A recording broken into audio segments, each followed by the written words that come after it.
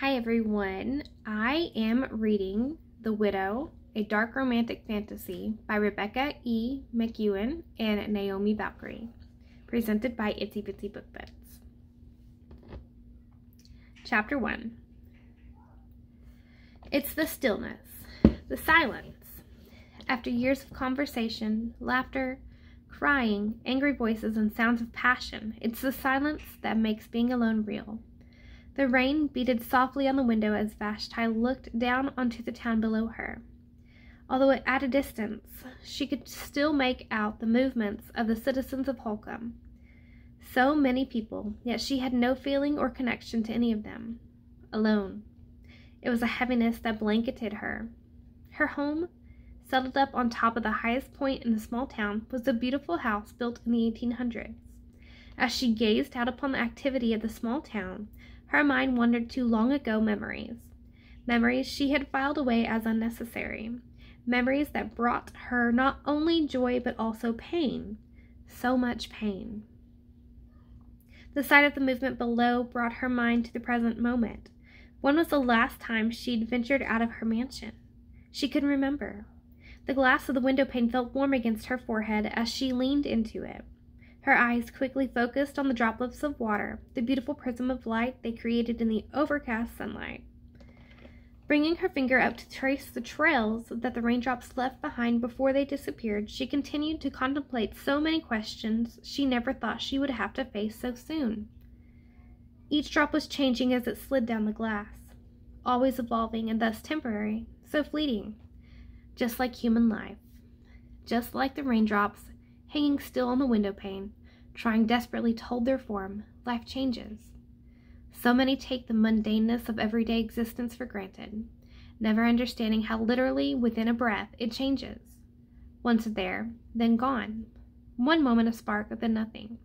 The sound of a voice, the scent, the expression of life, gone. In an instant. An existence altered forever, death and life forever changed, never to be the same again. Ever. She should be used to it by now, but she found herself hard-pressed to embrace it so willingly this time. Losing Anton had been devastating. There are never any words to express the pain. Alone is a good word, but it is still not enough to explain the emptiness. Even after a year of losing him, she couldn't bring herself to socialize.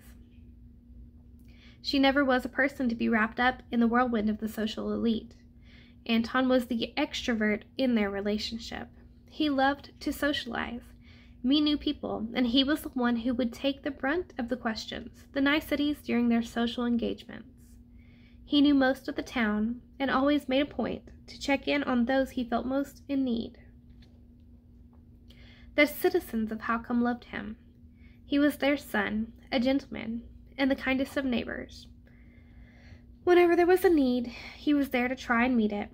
Vashti loved him for his heart and his selflessness, a characteristic she struggled so hard to mirror. She never felt judged or shunned by the locals, but she knew she wasn't one of them. That fact and Anton's death had left her with no motivation to deal with people. Still, it wasn't healthy for her to stay a recluse. Solitude is a beautiful thing in moderation. Too much isolation starts to prey on the mind. So many dark places to become lost in, and some of them so dark they would make a priest shiver in fear. The separation and isolation of the mind can lead to areas where there are no possible ways to return. The loss of hope. The snuffing of one's purpose. A dark path where there is no return.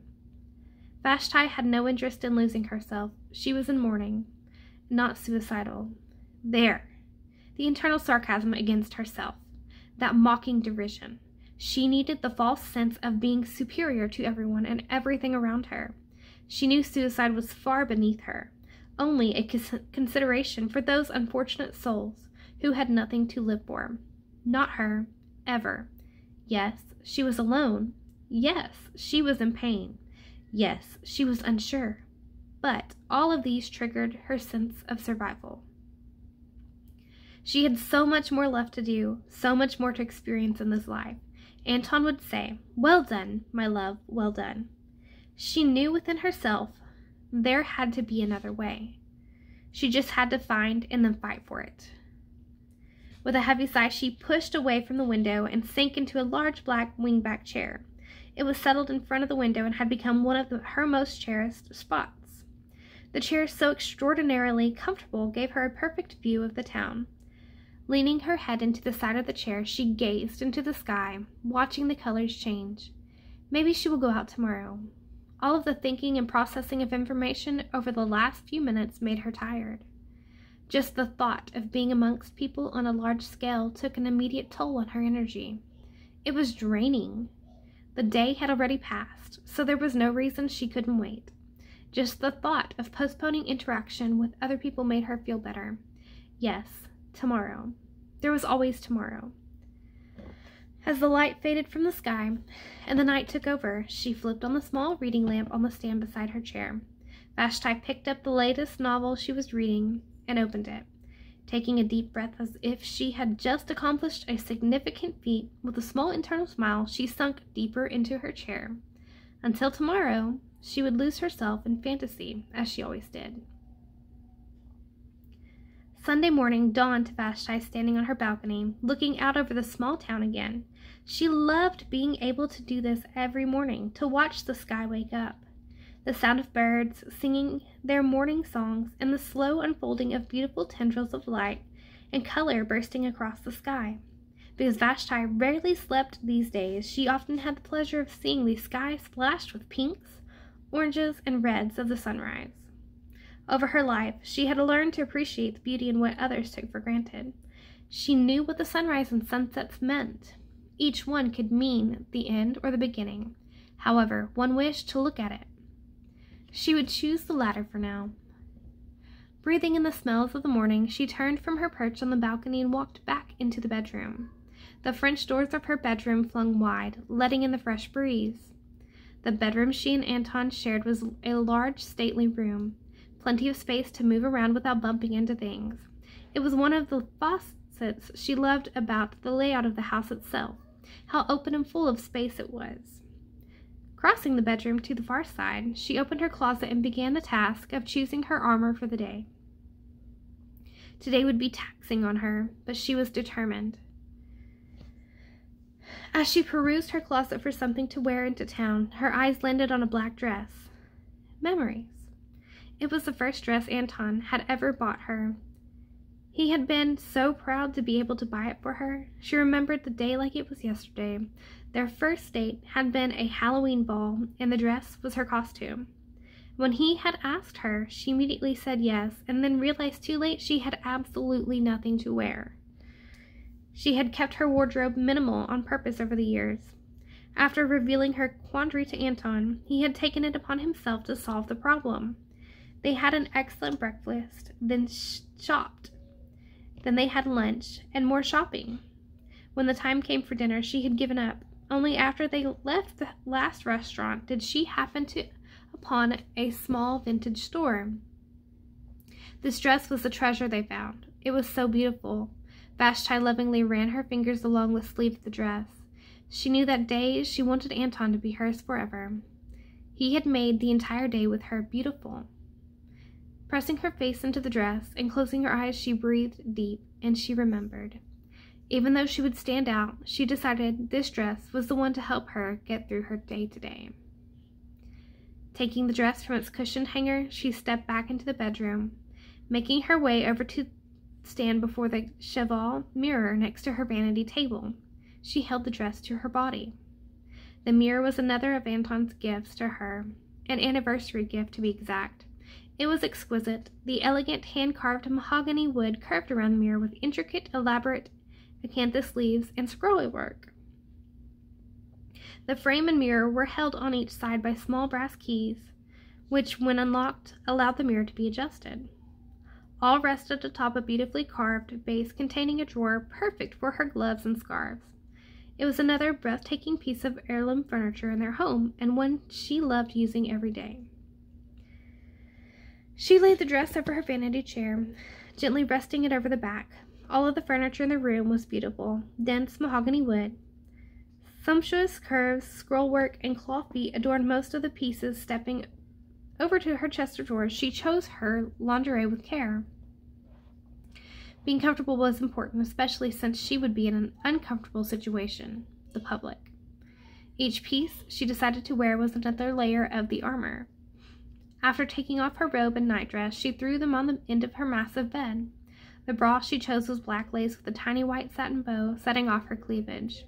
She slipped into the matching panties and garter belt, making sure the bow at the back was centered on the curve of her butt.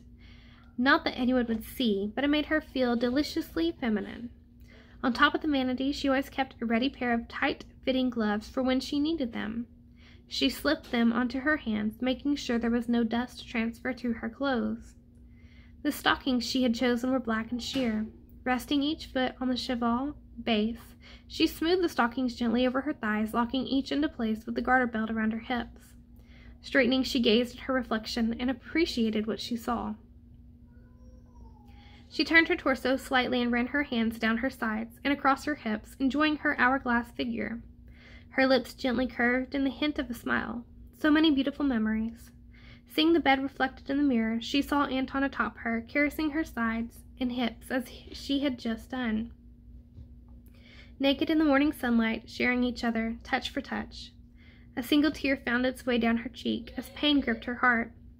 Memories could be beautiful and yet so very cruel. Dropping her gaze from the mirror and shaking her head, Vashti turned and began putting on the black boots she had bought just for this dress. Any proper lady of the day knew boots before corsets. Hers were Victorian, black ankle boots. They were as detailed as her dress and made with the softest leather.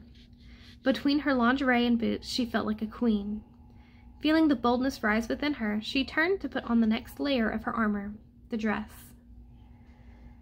She took it out of the fluff the material and even got rid of a little of the closest dust. Then stepped into the mass of material and pulled it up over her body. The gown was a replica of an 18th century Gothic gown. Exquisite silk elegance wrapped itself around her in this dress. It had a long-sleeved bolero shrug that covered the corseted bodice, and both detailed with silk, gimp, and intricate beadwork. Tying the ends of the laces into place, she fit herself snugly into the corset. One of her many fetishes was corsets, and she had mastered the laces almost to a science. She truly felt a lady could never be a lady without at least one corset in her closet. The scoop neck design showed off her cleavage just enough to make one want to run a finger over the top of her breast, which she did at the thought. Again, memories. The overskirt and underskirt both had a pleated ruffle, with the overskirt having a ruched train cascading into the ruffles. The front of the overskirt had an apron swag. The gown, lined in bridal silk, lightly touched the ground when she moved. Turning to face the mirror again, she studied her reflection. The black material sharpened the contrast of her pale skin. Stepping closer to the mirror, she raised her hands to her face and gently smoothed them across her cheeks and jaw. She was grateful the intense grief hadn't aged her, her face keeping its youthful appearance. The only difference she could detect was the dullness in her eyes. Her eyes that used to shine with laughter and love now seemed lifeless. Wondering if she would ever feel that kind of happiness again, she stared at her reflection for what seemed like an eternity. Memories flooding her mind. So many memories. Is this what her existence had become? An existence of stillness, silence?